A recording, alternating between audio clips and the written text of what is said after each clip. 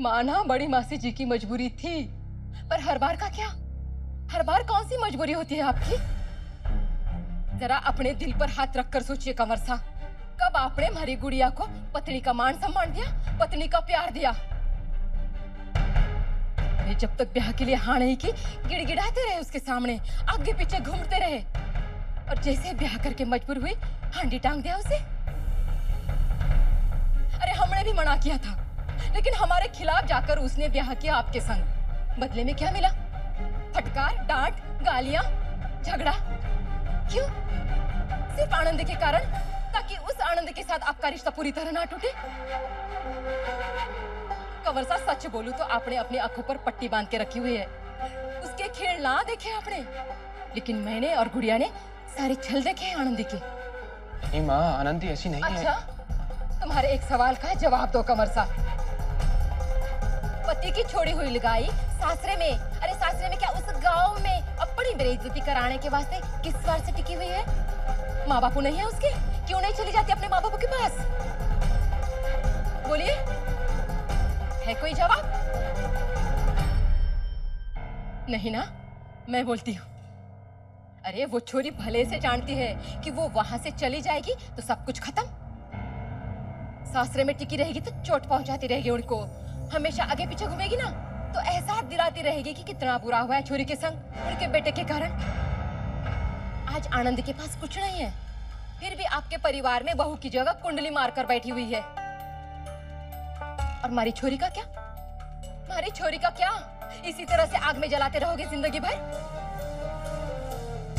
माना आप जैसे बोल रहे वैसी नहीं आनंदी, अनोखी माँ है उसकी कंवर सा, आप नहीं देख पाओगे। मोतियार होना आप, लेकिन एक लुगाई को एक लुगाई के अंदर झांकना मुश्किल ना होवे है। मैंने झांका है उसके अंदर, मैंने जाना है उसे। वो आज भी इसी उम्मीद पर टिकी हुई है कि आप एक दिन वापस आओगे और बोलोगे, मैं रिश्ता तोड़ के आया हूँ गौरी के संग आनंदी, अब से मैं तेरा। बस इसीलिए सब सह रही है, वो झुक रही है सबके सामने। अरे बड़े मासी जी तो एक पहाड़ा थी, सच तो ये है कि आपको छीनना चाहती है वो, भोली बनकर जीतना चाहती है आपको। सोच के गुस्सा आ रहा है ना आपको? हाँ, लेकिन सच कहूं कंवर सा, हमारी गुड़िया ने अपनी औलाद को नहीं मारा है, उसको मारा है आपने और आपकी उस आनंदी ने।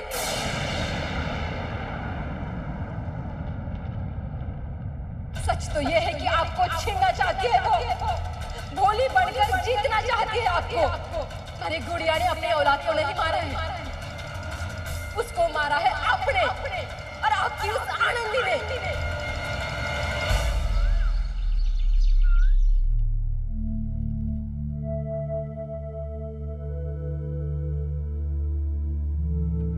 जगिया बहुत परेशान होंगे, एक साथ इतना कुछ। पहले परीक्षा में बैठना छूट गया, और फिर ये बच्चा, गौरी का क्या हाल होगा? कान्हा जी, उन्हें इस दर्द को सहने की शक्ति देना।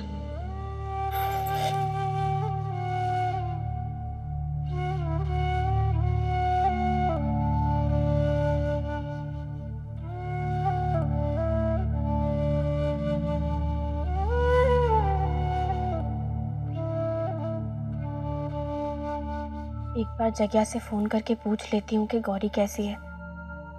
पता नहीं फिर स्कूल में टाइम मिलेगा या नहीं।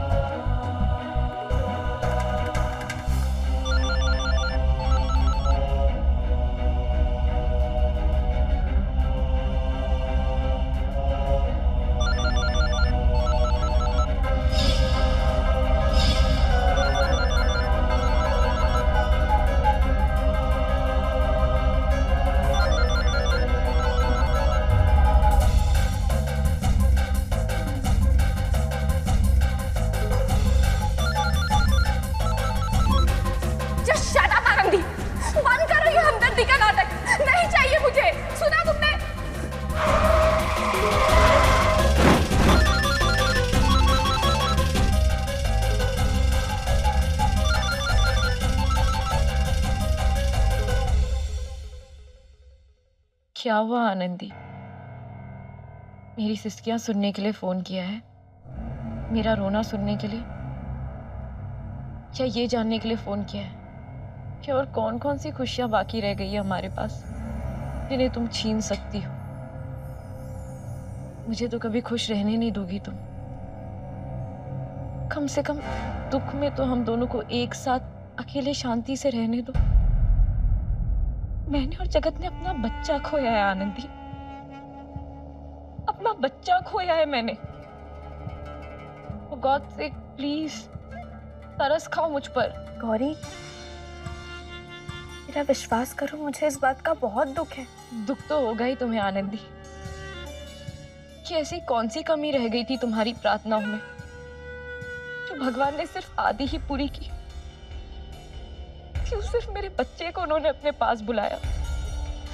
क्यों नहीं इस बच्चे के साथ साथ मुझे भी मौत दे दी? नहीं गौरी, ऐसा मत कहो।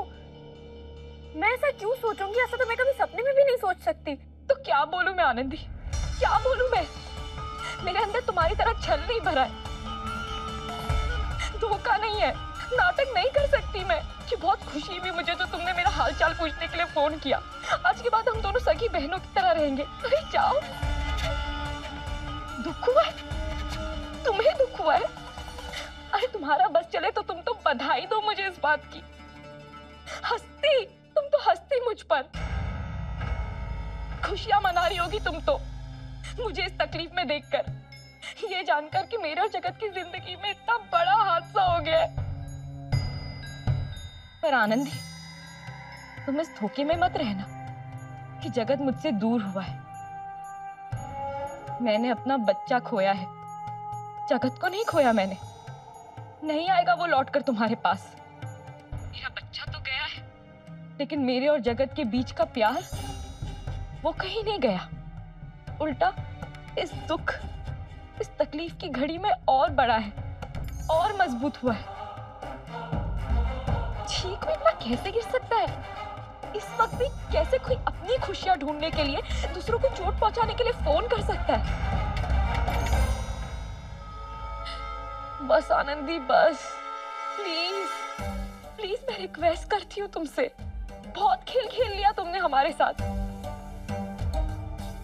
उस दिन भी तुमने फोन पर मेरा इस तरह से दिमाग खराब कर दिया कि मुझसे मेरी गाड़ी का एक्सीडेंट हो गया और मैंने अपना बच्चा खो दिया। मैं नहीं जानती मैं और क्या करूंगी अगर तुम इसी तरह से मुझे तकलीफ देती रही। आनंदी, मैं तुम्हारे आगे हाथ जोड़ती हूँ, प्लीज जगत को फोन करना बंद कर दो। हमें हमारे हाल पे छोड़ दो ना आनंदी, प्लीज। आनंदी, क्यों किया तुमने ऐसा? क्यों किया तुमने ऐसा? क्यों हमें ये सजा दे रही हो? क्यों हमसे हमारी खुशियां छीनी तुमने? क्यों हमसे हमारा बच्चा छीना तुमने आनंदी?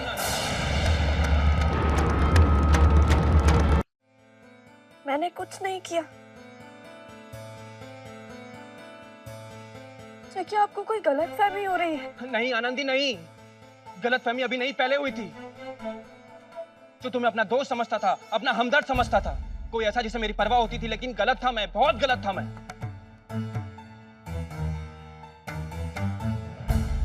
आज गौरी की इस हालत की जिम्मेदार तुम हो आनंदी।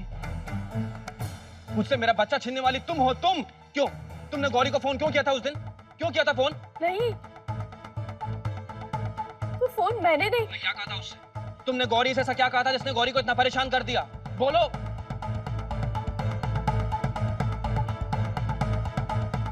अब याद आया, अब याद आया मुझे। उस दिन तुमने मुझे भी इसीलिए फोन किया था, राइट? ताकि जो गलती तुमसे हो चुकी है उसका भार अपने ऊपर से उतार लो, है ना? क्योंकि तुम जानती थी कि गौरी के साथ क्या हो चुका है। क्या? नहीं, मुझे अपनी बात पूरी तो करने दो, समझने की कोशिश तो करो कि मैं क्या कह रही हूँ। बहुत समझ चुका हूँ मैं आनंदी, बहुत समझ चुका हूँ, और कुछ समझाने की कोशिश मत करो मुझे।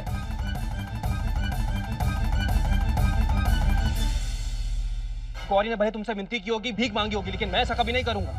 मैं साफ साफ तुमसे कह रहा हूँ कि आज के बाद तुम मुझे फोन कभी नहीं करोगी। Is that clear? जग्या, मुझे गौरी की चिंता हो रही थी और इसीलिए मैंने आपको फोन किया था। और सिर्फ मुझे ही नहीं, क्या घर में सबको उसकी चिंता हो रही है, बस इसीलिए मैंने। हाँ तो ठीक है आनंदी, तुम्हारी और उन सबकी चिंता के बिना भी हम जी सकते हैं और शायद ज्यादा अच्छे से जी सकते हैं।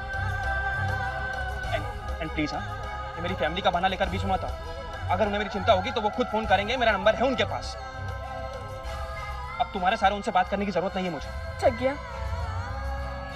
मुझे ये एहसास दिलाने की कोशिश क्यों कर रहे हो कि मैं बार बार जबरदस्ती बिना वजह तुम्हें फोन करती रहती?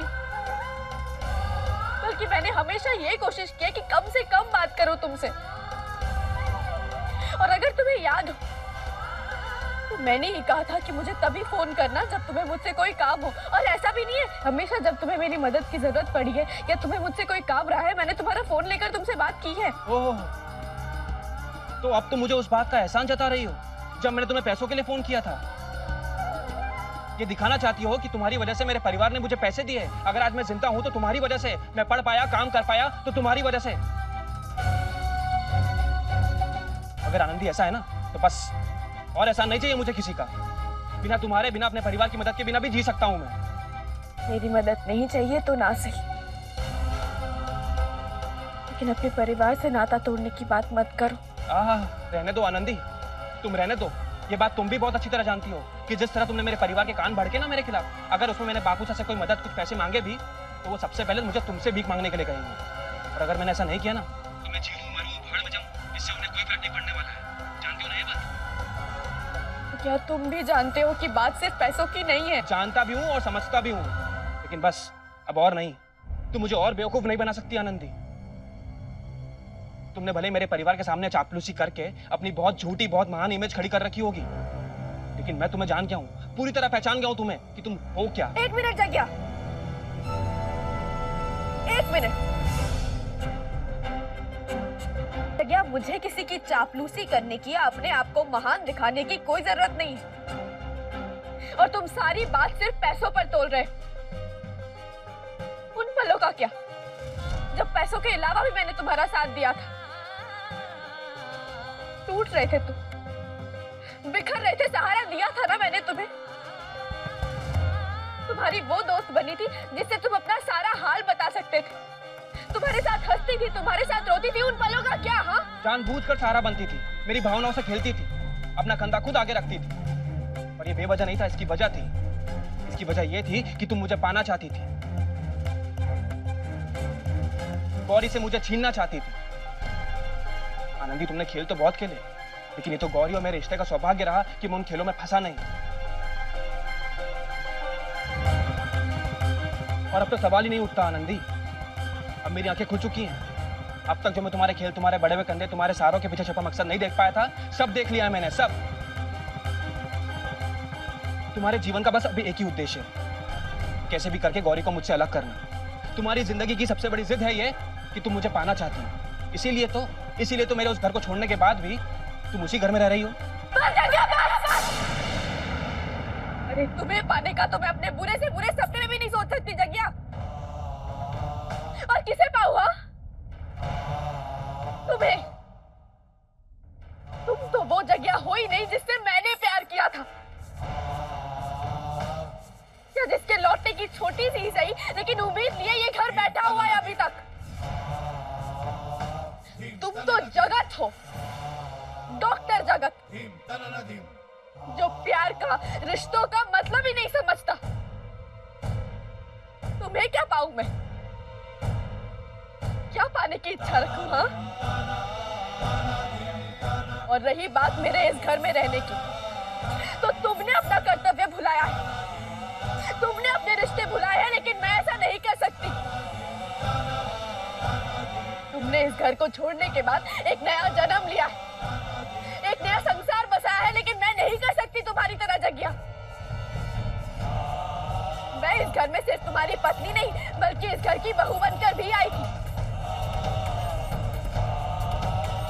और हमें हमेशा से यही समझाया जाता है कि एक लड़की की डोली उसके ससुराल में उतरती है और वहां से उसकी अर्थी ही बाहर जाती है, और मेरे साथ भी ऐसा ही होगा।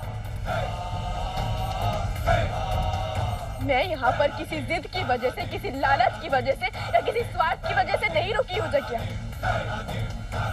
और एक बात समझ लो तुम, भगवान भी आकर अगर मुझसे कहेंगे ना कि चलो चलकर मेरे साथ मंदिर में रहो, तब भी ये घर मुझसे नहीं छूटेगा, समझ गए? हाँ नंदी, अगर तुम ये ना भी कहती ना तो भी मैं समझ ही चुका था कि तुमसे वो घर, उस घर की बहू की जगह कभी नहीं छूटेगी। और ये इसकी वजह तुम्हारी ये बड़ी बड़ी बातें नहीं है जो तुमने कही। ये तुम्हारी जिद है कि तुम गौरी को उस घर की बहू कहलाने का हक नहीं देना चाहती। आनंदी, मैं तुम्हें मेरे और मेरे परिवार के बीच का एक पुल समझता था, लेकिन असलियत में तुम मेरे और मेरे परिवार के बीच खड़ी बहुत बड़ी दीवार हो। वो दीवार जो हमें एक कभी नहीं होने देगी। मेरे लिए यही अच्छा होगा कि मैं उस परिवार, अपनी हर आस को तोड़ते हुए उनसे अलग हो जाऊं, हमेशा हमेशा के लिए। कोई नई बात नहीं है जकिया। वैसे भी हमेशा से तुमने अपने सारे रिश्ते अपने जरूरत के हिसाब से जोड़े हैं और तोड़े हैं। अच्छा, तो अब ये भी तुम सिखाओगी मुझे कि रिश्ते कैसे निभाए जाते हैं? जो खुद अपना सबसे कीमती रिश्ता नहीं संभाल पाई, तुम सिखाओगी आनंदी? आनंदी, तुम एक स्कूल की टीचर हो, असल जिंदगी की टीचर बनने की कोशिश मत करो, तुम उस लायक भी नहीं हो। एनीवेज, मैं तुमसे इतनी बातें कर क्यों रहा हूं? तुम आखिर हो क्या मेरे लिए? मैं तुम्हें इतनी इंपॉर्टेंस दे क्यों रहा हूं? हाँ, लेकिन एक बात समझ लो आनंदी, अगर गौरी को कुछ भी हुआ तो उसकी जिंदगी भर की कीमत तुम ही चुकाओगी।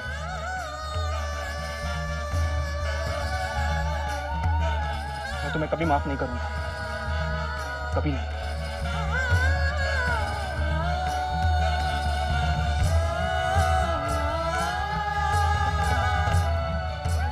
गौरी, गौरी, गौरी, संभालो अपने आप को, संभालो। मैं मानता हूं कि आनंदी की वजह से हमारी जिंदगी में, हमारे रिश्ते में वो ठहराव कभी नहीं आया जो कभी आना चाहिए था। हम जब भी जुड़ते, आनंदी किसी ना किसी तरह, किसी ना किसी झगड़े के रूप में हमारे बीच में आ जाती और हमें एक दूसरे से दूर ले जाती। लेकिन अब ऐसा नहीं होगा। मैं और नहीं बहकूंगा उसकी बातों में। अब आनंदी हमारे बीच कभी नहीं आएगी। भूल जाऊंगा कि कभी आनंदी से कोई रिश्ता भी था मेरा, कोई रिश्ता। मैं भूल जाऊंगा कि आनंदी नाम की किसी लड़की से कभी मिला भी था मैं। और मेरा ये वादा है तुमसे, वादा है।